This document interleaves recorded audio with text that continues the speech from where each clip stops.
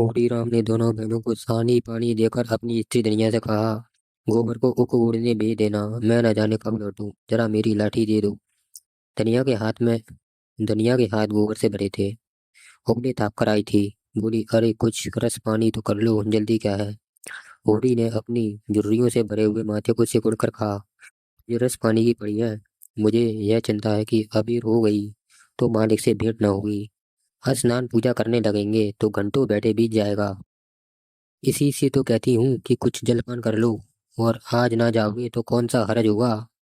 अभी तो परसों गए थे। तू जो बात नहीं समझती उसमें टांग क्यों अड़ाती है भाई। मेरी लाठी दे दे और अपना काम देख। यह इसी मिलते जुलते रहने का प्रसाद है कि अब तक जान बची हुई है। नहीं कहीं पता न लगता किधर गए। गांव में इतने आदमी तो हैं, किस पर बेदखली नहीं आई, किस पर कुड़की नहीं आई। जब दूसरे के पांव तले अपनी गर्दन दबी हुई है तो उन पांवों को सहलाने में ही कुशल है। धनिया इतनी व्यवहार कुशल न थी। उसका विचार था कि हमने जमींदार के खेत जोते हैं तो वह अपना लगान नहीं तो लेगा। वह भी हार ना मानती थी, और इस विषय पर स्त्री पुरुष में आए दिन संग्राम चला रहता था।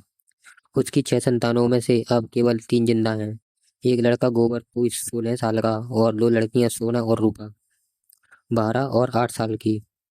3 लड़के बचपन में ही मर गए। उनका मन आज भी कहता था, अगर उनकी दवा दारू होती तो वे बच जाते, पर वह एक ढेले की दवा भी ना मंगवा सकी थी। उसकी उसकी ही उम्र अभी क्या थी, 36वां ही तो साल था। पर साले पर सारे बाल पक गए थे, चेहरे पर झुर्रियां पड़ गई थीं, सारी देह ढल गई थी।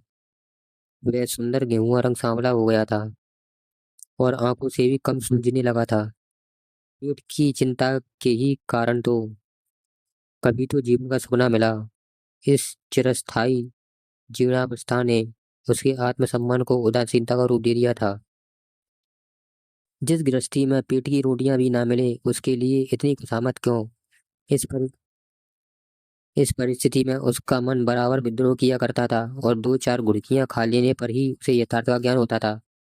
उसने परास्त होकर होरी की लाठी, मिर्जई जूते पकड़ी और तंबाकू का बटुआ लाकर सामने पटक दिए। होरी ने उसकी ओर आंखें तीर कर कहा, क्या ससुराल जाना है जो 5 पोषक लाई है। ससुराल में भी तो जवान साली सहज नहीं बैठी है जिसे जाकर दिखाऊं। होरी के गहरे सांवले पिचके हुए चेहरे पर मुस्कुराहट की मृदुता झलक पड़ी। धनिया ने लजाते हुए कहा, ऐसे ही तो बड़ी ऐसे ही तो बड़ी सजीले जवान हो कि साली सहज तुम्हें देखकर रीझ जाएंगी। होरी ने फटी हुई मृजई को बड़ी सावधानी से तय करके खाट पर रखते हुए कहा, तो क्या तू समझती है मैं बूढ़ा हो गया। अभी तो 40 भी नहीं हुए, बस साढ़े पर पाटे होते हैं। धनिया बोली, जाकर शीशे में मुंह देखो, तुम जैसे मर्द साढ़े पर पाटे नहीं होते। दूध घी अंजन लगाने तक तो मिलता नहीं, पाटे होंगे। तुम्हारी दशा दे देख कर तो मैं और भी सूखी जाती हूँ कि भगवान यह बुढ़ापा कैसे कटेगा, किसके द्वार पर भीख मांगेंगे। पूरी की वह क्षणिक मृदुता यथार्थ की इस आंच में जैसे झुलस गई।